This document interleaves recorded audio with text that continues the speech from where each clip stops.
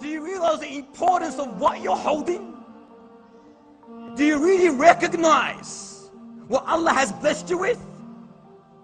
If you are blinded to this, if your mind is sealed from this, if you are oblivious from this, you have a major problem in your faith.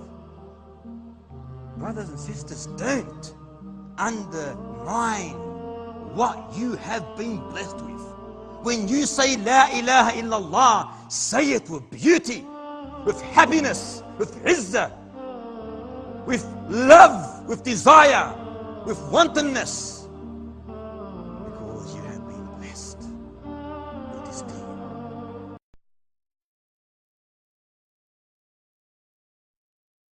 How many people strive extremely to earn this world, together to pile up this world, day after day, night after night, week after week, year after year? Their whole life is to pile and gather. And then after they gathered what they want to gather, death takes them. And they enjoy nothing but a shroud and a piece of cotton. And your living bodies that you are carrying today will become a handful of bones underneath a pile of dirt. This is your reality.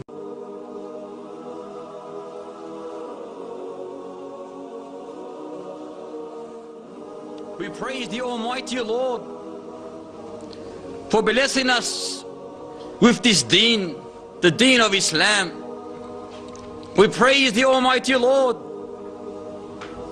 for blessing us with the two sources of Islam, the only two sources of Islam, the Quran and the Sunnah. Two sources full of knowledge and wisdom that shed light in our darkest hours. No other sources are required, are ever needed for all eternity, for they are indeed perfect, excellent and complete. The sources of Islam, the Quran and the Sunnah. When a Muslim understands the definition, the meaning of this, and he engraves it onto his heart, and he allows it to penetrate his soul, he will certainly, without any doubt, be always in high esteem, happy, content, knowing that nothing or no one can ever crack his faith. Another feeling that has to come through our heart, my brothers and sisters, is love of Allah. Allah subhanahu wa ta'ala is not to be worshipped only out of fear, only out of understanding, His glory subhanahu wa ta'ala. No, also out of love. Do we love Allah? Do you miss Allah subhanahu wa ta'ala? Don't you sometimes feel, Allahu Akbar, wallahi in dunya, in worldly relationships, you miss a friend, you pick up the phone, can you call him? Say, Wallah, why are you calling me? Wallah, I miss you. Wallah, it's been a while, we didn't catch up, let's go have a feed somewhere. SubhanAllah, we always have these feelings with human beings. Lovers, SubhanAllah, a male and a female, a husband and a wife, Islamic environment, a husband and a wife. The guy is overseas, he hasn't seen his wife in a long time. He picks up the phone and with no exaggeration, he is really enjoying the phone call. He doesn't want the time to end, theoretically speaking. Yeah, he doesn't want the phone call. The wife more, usually, she really is enjoying the phone call. Please, call me again. We are enjoying the discussion. Why is it with Allah we don't have these feelings? Muhammad sallallahu alayhi wa sallam used to say, Arihna biha ya Bilal. Tell Bilal, call her, let us stress, we're tired of this garbage. We're tired of this dunya. Buying, selling, market, wife, kids, husband, all this, the trouble. Rasulullah wanted to be with Allah. He missed Allah, he loved Allah subhanahu wa ta'ala. The Sahaba learned from him. They said this on sallallahu alayhi wa sallam. Allah subhanahu wa ta'ala is the greatest. He does not need your ibadah, does not need your concentration. Allah is not waiting for your charity. Allah's kingdom and dominion does not increase with the dhikr and tasbih and ruku' and sujood. We need Allah. We need Allah. We Allah.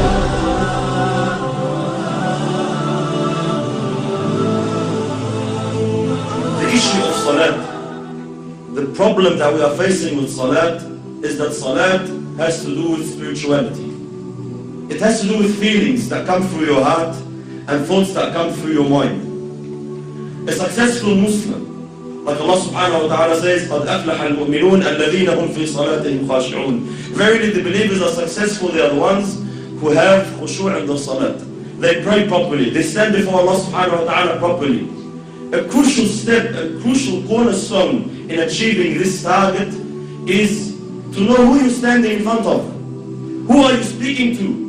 Which words are you reading? These feelings, this set of feelings, they have to come through your heart, and the more they take you on, the more they are in your heart, the better your salat is.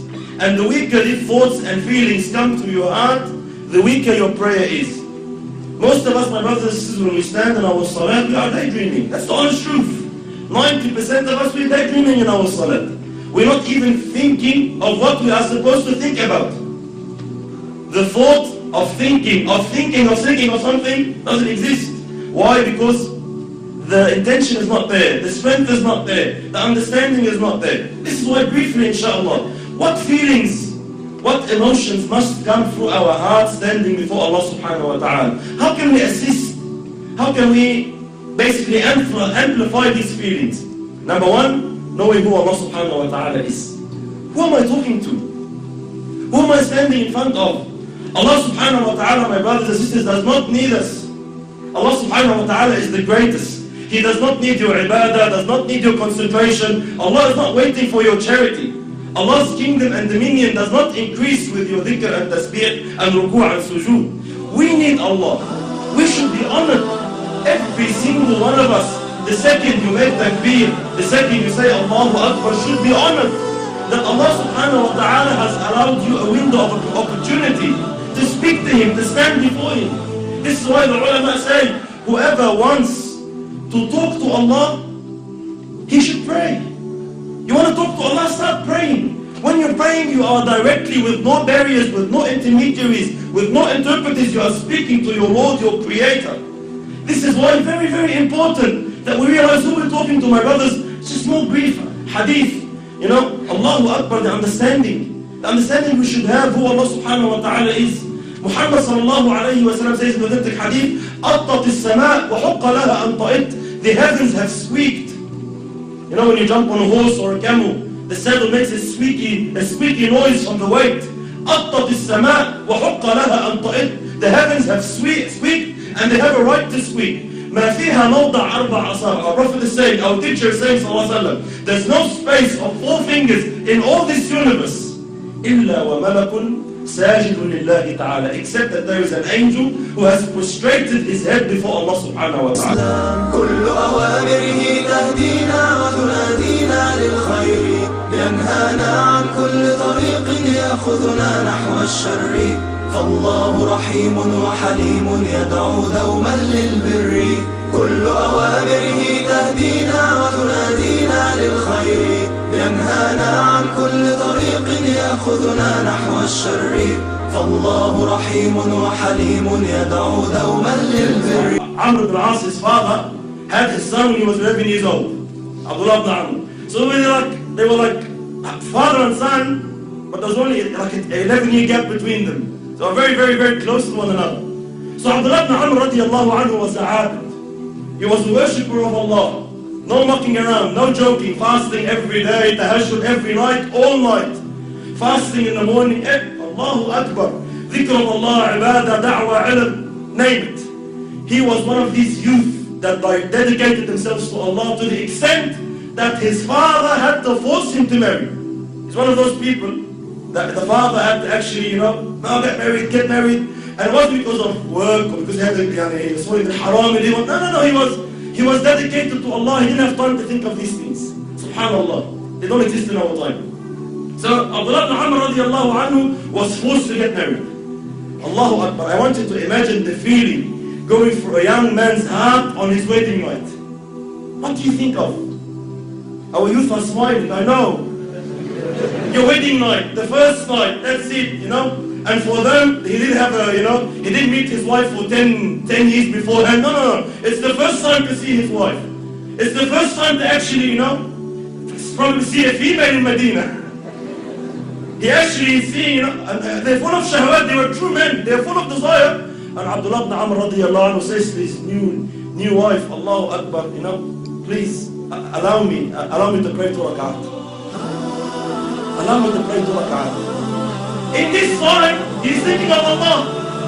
In that time, we pray. I don't want to speak about myself, but people that pray Isha on that night, they probably pray 5 rak'at, 3 rak'at. They can't think properly. Abdullah ibn Amr radiallahu anhu in this time is remembering Allah. He's focused on Allah, subhanAllah. He's there, emotion. He's saying, please allow me to pray. How can I spend the night? Not that.